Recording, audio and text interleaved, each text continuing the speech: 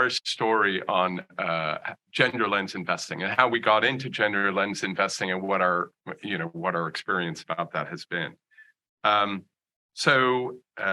We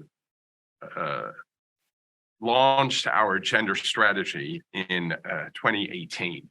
But I think a large part of it was around the 2X challenge. And I'm not going to really talk about 2X that much because I think we have Jessica, right, on the panel. I will leave it to Jessica to tell the story about 2X. But 2X for us was really formative. I mean, we were one of the first DFIs that were part of that initiative. And internally, that prompted a lot of work to kind of understand gender lens investing. That's kind of what pushed us into the whole business. So let me skip to where we are now. I mean, the latest iteration of our approach to gender lens investing was when we refreshed our strategy 2 years ago, and that involved a new strategy around development impact. But from a gender point of view, we took two steps. One was we wanted to make sure that we thought about gender in every investment that we made. And so we have a rubric by which we score potential investments for their development impact. And this is not an enormous undertaking, like, for example, the IFC's AIM. This is pretty stripped down. We look at really only 9 things. But one of those things is gender. And so a big driver of the score that any potential investment would make is the gender lens. But we knew that wasn't probably enough, that we also needed to make a commitment on the portfolio as a whole. So we also stood back and we said that we committed that we would have 25% of our investments each year to be qualified as 2X investments. We thought that was a pretty ambitious target, and Jessica will tell the story. But a large part of the story of 2X is every time we make a pretty ambitious target, we end up doing a lot more than that pretty ambitious target. And that is true about this 25% target. I mean, we said it, I think, 3 years ago. In last year, over half of our commitments were 2X qualified. So that's almost $1 billion of investing that we did that was 2X qualified. So how do you get there? How do you get from here to almost $1 billion of gender lens investing? Mm-hmm. And for that, we've started to think about gender, not in the selection of investments, but in the origination of investments. And I think that's the big message that we've learned, is that you have to educate the investment teams about what gender lens investing looks like, so that when they're out in the market, they're proactively, if you will, leaning into a family of potential investing. So the biggest ways that we have found gender qualifying investments, one is gender-directed lending facilities, and then the other one is a new kind of innovative approach that we've been taking, which is to marry commercial incentives to gender outcomes. And I'll give you 2 examples of that. One of them is in lending, where we're lending money to a business. And if the business hits certain gender targets, then the interest they pay ratchets down. So they have a commercial incentive to sort of hit these targets. The other place where we've done this is with funds. Now, there are a lot of gender funds, and there the mandate for gender investing is pretty clear. But with non-gender only funds, we have offered a commercial incentive so that the carried interest of the fund ratchets up as they hit more and more ambitious gender targets. And so those are some of the tools that we're using, nowadays to drive gender investing. I mean, another theme that I'm sure we're going to talk about today is technology. All right, and you would think that to talk about gender investing in technology would be like two distant corners of an investment universe, but in fact there's a lot of overlap.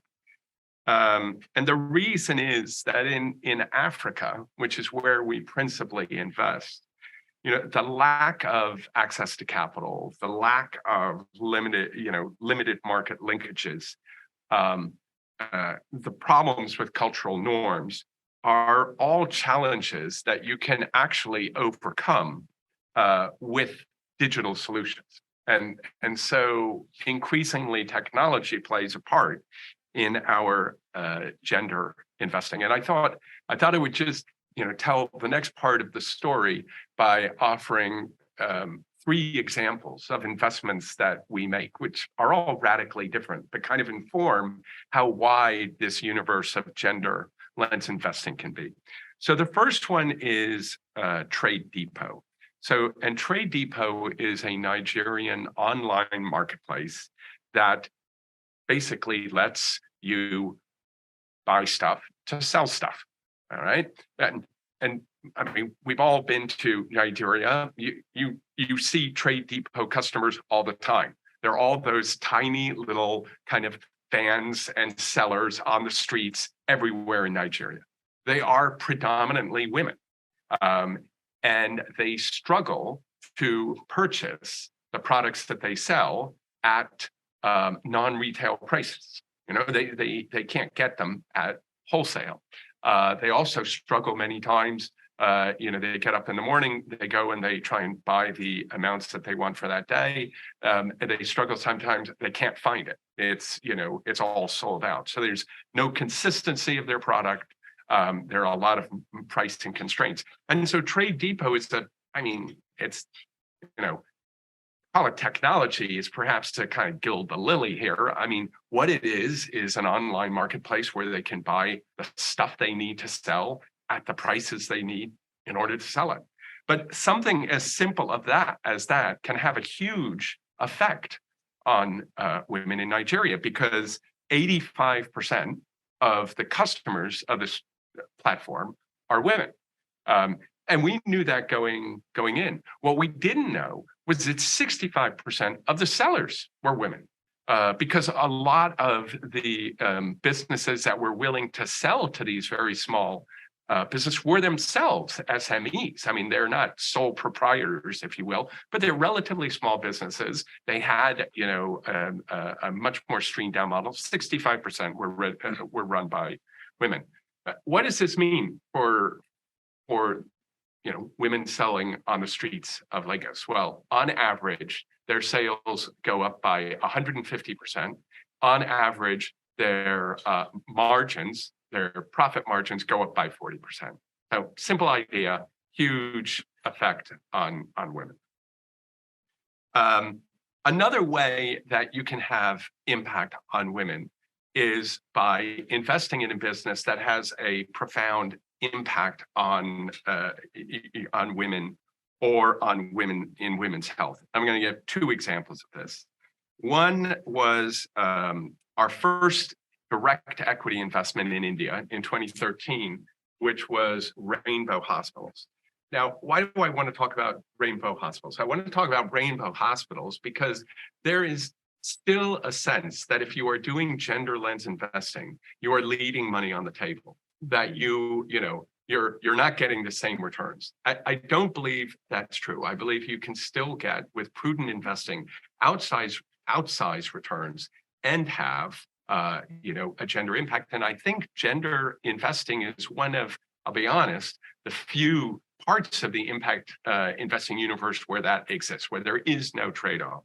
So we invest in Rainbow. When we first invested in it, they were in one city, they had 5 hospitals. When we exited in 2022, They were all over India. They had 16 hospitals. They went from 300 beds to 1,500 beds. Blah, blah, blah. For us, the numbers I want to leave are the following. Well, the first one is we made 26% IRR on our investment, which for a development finance institution, that is a big fish. The other one is that we built or helped build a system that treats more than 1 million mothers a year in a country that still struggles with very high infant and mortality rates. Rainbow also has, almost 4,000 employees. It's a maternity care hospital, so it's not surprising that more than 50% of them are women.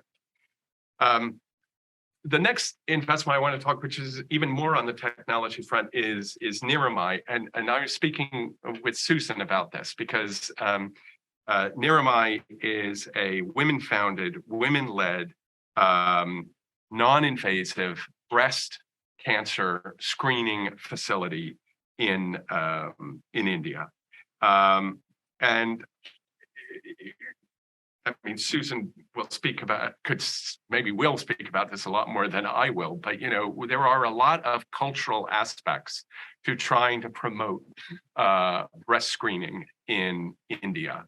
And it is, I would say, almost a necessity that if you are going to make inroads in cultural changes, you have to have a woman-led or business doing that. And certainly that's true about Niramai. I mean, they now run, I think, over 700,000 screenings a year, and we invested in that as kind of a startup. So that number is pretty significant. I'll kind of conclude at this, at that point. How do we do this? How do you get all these good stories? I mean, you build a team. I mean, that's it. We have a team. I mean, it's not a huge team. I mean, we employ 600 people, and our gender team, I think, is probably, 4 or 5 people. But you need a team. You need to have people who wake up in the morning and this is their job, to just think about gender investing. You're not going to get there if you basically take an investing team that's doing a whole bunch of other stuff and you just layer on, please think about gender investing as well. It also takes time. And change doesn't happen overnight. Change doesn't happen inside institutions.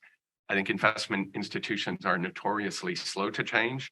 But with perseverance and with commitment from the top, gender lens investing has become a key part of what we do, and I think is a key driver of the impact that we have today to increase women's representation and inclusion, not only in the C-suites of businesses, but also in the impact that those businesses can have. So thank you.